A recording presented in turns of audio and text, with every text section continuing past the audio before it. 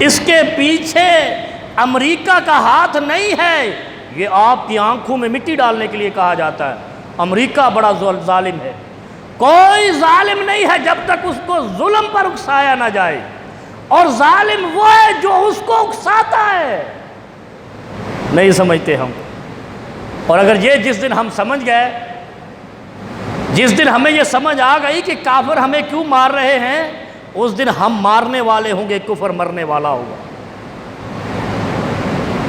کیوں؟ یار ہم تو اللہ کو مانتے ہیں، اللہ کے دین کو مانتے ہیں، اللہ کے نبی کو مانتے ہیں، اللہ کی لائی ہوئی شریعت کو مانتے ہیں، اللہ کے بھیجے ہوئے سارے نبیوں کو مانتے ہیں، اللہ کے بنائے ہوئے نبیوں کے وزیروں کو مانتے ہیں، نبیوں کے اصحاب کو مانتے ہیں، اللہ کی کتاب کو مانتے ہیں، نبی کے فرمان کو مانتے ہیں، پھر بھی کفر ہمیں مار رہا ہے۔ یہ کس سے ہم نے زیادتی کی ہوئی ہے؟ یہ سمجھا کر کہ ہمارے اوپر کفر غلبہ کر رہا ہے۔ کفر کے غلبہ کرنے کی وجہ فَأُولَٰئِکَ هُمُ الظَّالِمُونَ، ہم نے ظالموں کو اپنے اوپر خود مسلط کیا ہے۔ وہ جیسے کہتے ہیں نا، اپنے پاؤں پر اب خود کلہاڑی ماری ہے۔ ہم نبی کو ماننے والے اسی طرح ہوتے جس طرح دستور حیات ہے قرآن کریم، تو کفر ہم پر غالب نہ ہوتا۔ ایک اور مثال دیتا ہوں، مثال بڑی تکلیف دہ ہے۔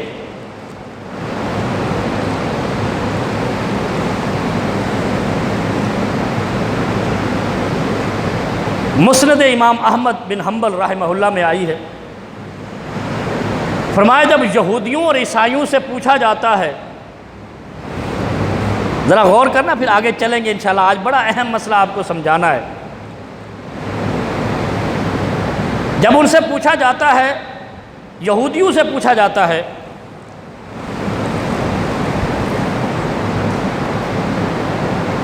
کہ تمہارا موسیٰ علیہ السلام پر ایمان ہے، تو موسیٰ کے بھی اصحاب ہوں گے نا، ساتھی ہوں گے، اکیلا موسیٰ تو نہیں تھا۔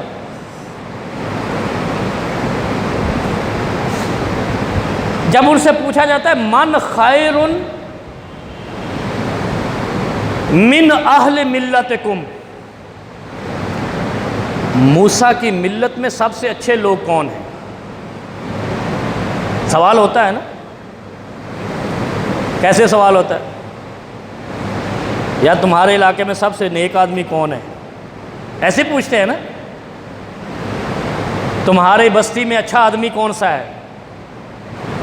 اور یہ نہیں تو پوچھتے ہیں تمہاری مسجد میں امام کون ہے، پوچھتے ہیں نا۔ ہائے ہائے ہائے، ابھی لے کے چلتا ہوں گالی۔ کیا پوچھا جاتا ہے یہودیوں سے؟ من خیر من اہل ملتکم، اور یہودیوں بتاؤ موسیٰ کے ساتھیوں میں سب سے اچھے لوگ کون ہیں اس ملت میں سے؟ ملتکم، تمہاری ملت میں تم موسیٰ کو مانتے ہو، تمہاری ملت میں سب سے اچھے لوگ کون ہیں؟ یہودی کہتے ہیں اصحاب موسیٰ، موسیٰ کے صحابی سب سے اچھے لوگ تھے جو ملت موسیٰ پہ تھے۔ پھر نصرانیوں سے پوچھا جاتا ہے، عیسائیوں سے، من خیر من اہل ملتکم، جب پوچھا جائے عیسائیوں سے کہ تمہاری ملت عیسیٰ میں سے سب سے اچھے لوگ کون ہیں، کہتے ہیں اصحاب عیسیٰ، خیر من ملتنا اصحاب موسیٰ، اصحاب عیسیٰ، ہماری ملت کے سب سے بہترین لوگ حضرت عیسیٰ کے اصحاب تھے۔ جب آتی ہے ہماری باری تو پوچھا جاتا ہے من خیر من اہل ملتنا، اور مسلمانوں تم بتاؤ تمہاری ملت میں سب سے اچھے لوگ کون ہیں؟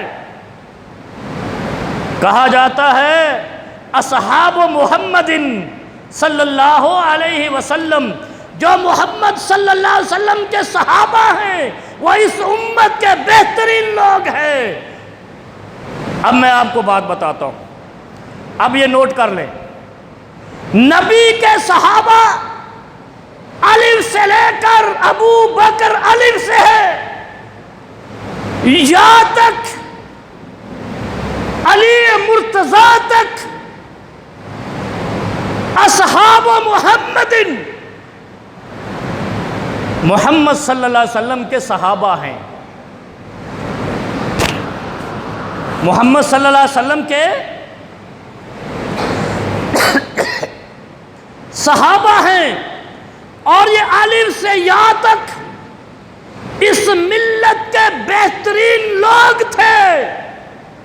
اگر موسیٰ کو ماننے والے موسیٰ کے صحابہ ملت یہود میں سب سے بہترین تھے، عیسیٰ کو ماننے والے اصحاب عیسیٰ ملت عیسیٰ میں سے سب سے بہترین لوگ تھے، اسی طرح محمد کو ماننے والے اصحاب محمد امت محمد سے سب سے اچھے لوگ تھے اور ہیں۔ پھر میں آپ کو بتاتا ہوں، ایک مذہب ایسا بھی آیا ہے جس نے کہا اصحاب موسیٰ بہترین تھے، اصحاب عیسیٰ بہترین تھے، لیکن من شر من اہل ملتنا ہوا اصحاب محمد نعوذ باللہ، جس نے کہا اس امت کے بدترین لوگ محمد صلی اللہ علیہ وسلم کے اصحاب ہیں۔ ایک مذہب ایسا بھی آیا۔ اب سنو، محرم کا مہینہ گزر رہا ہے، آخری بات کرتے جائیں، نتائج اللہ پہ چھوڑیں گے، اللہ تو ہر روز کرم کر رہا ہے ہمارے اوپر۔ یہاں ایک مولوی جنم لیا ہے کراچی میں، اور ایک میرے مسلک میں بھی پیدا ہوا ہے، جس نے کہا جب جنگ جمل ہوئی تو کچھ صحابہ ادھر تھے کچھ ادھر تھے، حضرت علی کی خلافت کا دور تھا، یہ بات سمجھ کے جانا آج۔ ایک اس میں حضرت زبیر ابن العوام تھے جو رسول پاک صلی اللہ علیہ وسلم کے پھوپھی زاد تھے، اور پھوپھی کس کو کہتے ہیں؟ ابا کی بہن کو۔ اور ابا کون تھے؟ رسول کائنات صلی اللہ علیہ وسلم کے عبداللہ۔ چچا کون تھے؟ ابو طالب، علی کے ابو کی بہن۔ آگے چلیے، علی کے بابا کی بہن کا بیٹا ہے جس کا نام ہے زبیر ابن العوام رضی اللہ تعالی عنہ۔ خندق کا موقع ہے، رسول پاک صلی اللہ علیہ وسلم نے سارے صحابہ سے کہا خندق کے میدان میں میرے ساتھ کون جائے گا؟ سب سے پہلے سیدنا زبیر ابن عوام نکلے۔ پھر رسول پاک صلی اللہ علیہ وسلم نے، سرور کونین نے دوبارہ کہا میرے ساتھ خندق میں کون جائے گا؟ تمہیں خیبر کا تو بڑا یاد ہے، خندق پہلے ہوئی ہے۔ کہا میرے ساتھ کون جائے گا؟ سیدنا زبیر تلوار نکال کے سب سے پہلے نکلے۔ تیسری بار رسول کائنات نے کہا میرے ساتھ خندق کون جائے گا؟ سیدنا زبیر تیسری بار پھر تلوار لے کر اکیلے نکلے۔ کائنات کے امام نے کہا لِكُلِّ نَبِيٌّ حَوَارِيٌّ وَالْحَوَارِيِّ الزُّبَيْرُ ابن امتی ابن عمتی۔ فرمایا ہر نبی کا حواری تھا، موسیٰ کا حواری ہارون تھا، میرا حواری زبیر ہے۔ پھر عبداللہ ابن عمر کا نمبر آیا، کہتے ہیں میں نے ایک آدمی کو سنا، وہ لوگوں کو یقین دلا رہا تھا کہ میں نبی مکرم کا حواری ہوں۔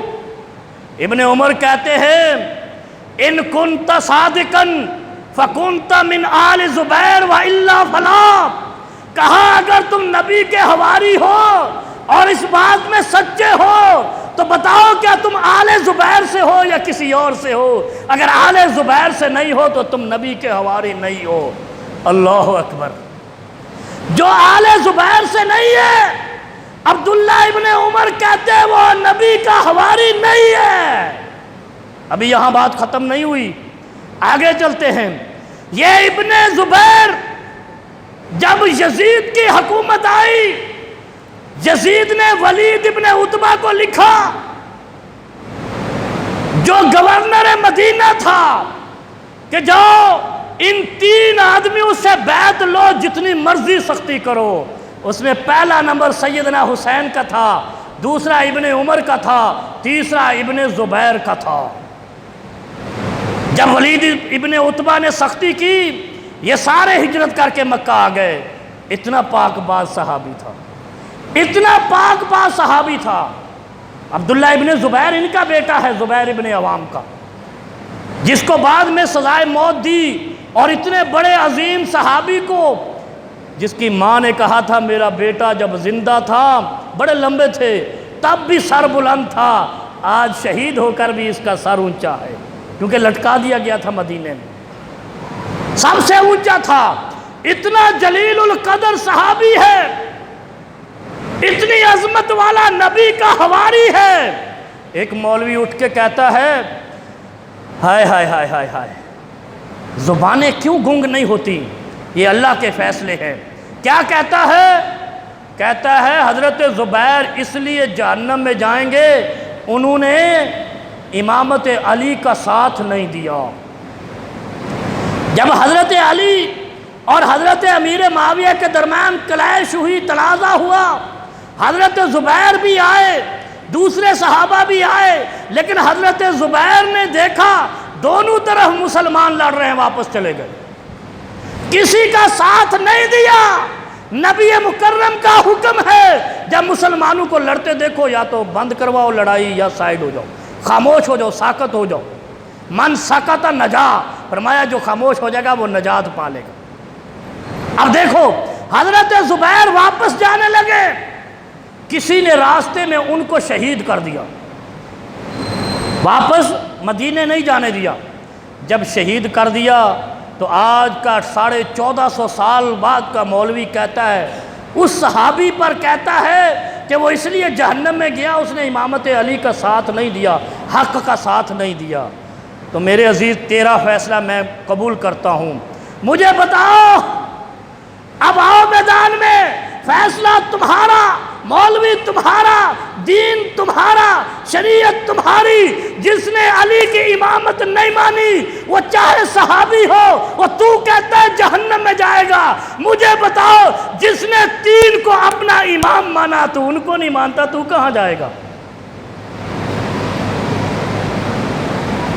علی نے جن کو امام مانا وہ ابو بکر ہے، علی نے جس کو امام مانا، جس کا قاضی القضات بنا، جس کا مشیر بنا، وہ عمر فاروق ہے، اور علی نے جس کو امام مانا وہ عثمان غنی ہے، اور علی کے فرزندوں نے، حسنین کریمین نے حضرت عثمان کے گیٹ پہ پہرا دیا باغیوں کے خلاف۔ بتاؤ ان تینوں کو جو امام نہ مانے وہ کہاں جائے گا؟ تو کہتا ہے امامت علی کا منکر جہنم میں، اور جو امام علی کے امام کا منکر ہے وہ کہاں جائے گا؟ فیصلہ تیرا ہے، میں تو کسی کو جہنم میں نہیں بھیجتا، لیکن یہ یاد رکھو اس واقعے کو غلط رنگ نہیں دو۔ پھر حضرت زبیر جب شہید ہو گئے، حضرت علی کو یہ رپورٹ ملی کہ حضرت زبیر واپس جا رہے تھے، کسی نے ان کو قتل کر دیا ہے۔ حضرت علی نے بے ساختہ اس وقت ایک جملہ کہا جو تاریخ کی کتابوں میں منقش ہو گیا، فرمایا بشر قاتل ابن صفیہ بالنار، یہ علی کے ابا کی بہن کا بیٹا، بہن کا نام صفیہ تھا، فرمایا جو ابن صفیہ کے بیٹے کا قاتل ہے اس کو خوشخبری دے دو جہنم کی، حضرت زبیر کا قاتل جہنم میں ہے، اور یہ بدبخت شہنشاہ نقوی کہہ رہا ہے حضرت زبیر جہنم میں۔ اگر تمہیں اپنی کتابیں پڑھنی نہیں آتی ادھر لے کے آؤ، بے شرمو، تم شریعت کی ان ہستیوں پر الزام لگا رہے ہو جن ہستیوں نے اسلام کو بچایا ہے۔ وہ یہودی کہیں اصحاب موسیٰ بہترین مخلوق ہے، عیسائی کہے اصحاب عیسیٰ بہترین مخلوق ہے، تو اصحاب محمد پر الزام لگاتا ہے۔ اور علی کہتا ہے جو حضرت زبیر کا قاتل ہے وہ جہنم میں ہے، تو کہتا ہے زبیر ہی جہنم میں ہے، نعوذ باللہ۔ اور زبیر وہ ہے جو حضرت رسول مکرم صلی اللہ علیہ وسلم کا پھوپھی زاد بھی ہے اور حواری بھی ہے۔ اب بتاؤ وَظَاهَرُوا عَلَىٰ إِخْرَاجِكُمْ، قرآن کی آیت کیا کہتی ہے؟ ظالموں کی مدد نہ کرو۔ وہ ظالم دھرتی کا سب سے بڑا ظالم ہے۔ میں آپ کو مثال دیتا ہوں، بیٹا خراب ہو لوگ کہتے ہیں اس کا باپ ہی ایسا ہے، کپڑا خراب ہو لوگ کہتے ہیں فیکٹری 2 نمبر ہے، سنتے رہتے ہو نا۔ اور کوئی بھی چیز خراب ہو نظر کہاں جاتی ہے؟ اولاد خراب نکلے کہتے ہیں باپ خراب ہے، وزیر کی کارکردگی خراب ہو لوگ کہتے ہیں وزیر اعظم ایسا ہے، وزیر اعظم ایسا تیسا ہے۔ جو ابو بکر عمر و عثمان اور نبی کے اصحاب کو برا بھلا کہے، مجھے بتاؤ وہ کہاں جاتی ہے بات؟ وہ بات کہاں جائے گی جس نے نبی کے ایک صحابہ پر جرح کی، گویا کہ اس نے نبی مکرم پر جرح کی۔ اور امام احمد کہتے ہیں القدح فیہم قدح فی القرآن والسنہ، فرمایا جو نبی کے کسی ایک صحابی پر قدح کرے گا، الزام لگائے گا، گویا کہ اس نے قرآن و سنت پر الزام لگائی ہے، جرح کیا، قرآن و سنت پر الزام لگایا ہے، جرح کی ہے۔ جس نے نبی کے پہلے صحابی پر جو بوڑھو کا جنت میں سردار ہوگا، حضرت حسین کی شہادت 57 برس کی عمر میں ہوئی ہے، ابو بکر جنت کے بڑوں کے سردار ہوں گے۔ بتاؤ حضرت حسین سرداری ابو بکر میں جنت میں نہیں ہوں گے؟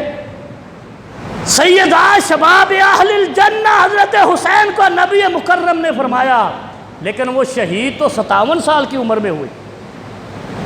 جب شہادت حسین 57 سال کی عمر میں ہوئی ہے، اس کا مطلب ہے کہ حضرت حسین اس وقت بوڑھے تھے، بڑھاپے کی عمر میں تھے، اور بوڑھوں کے سردار جنت میں ابو بکر اور عمر ہوں گے، اور ابو بکر اور عمر حسین کے جنت میں سردار ہوں گے، اور حسین جوانوں کے سردار ہوں گے۔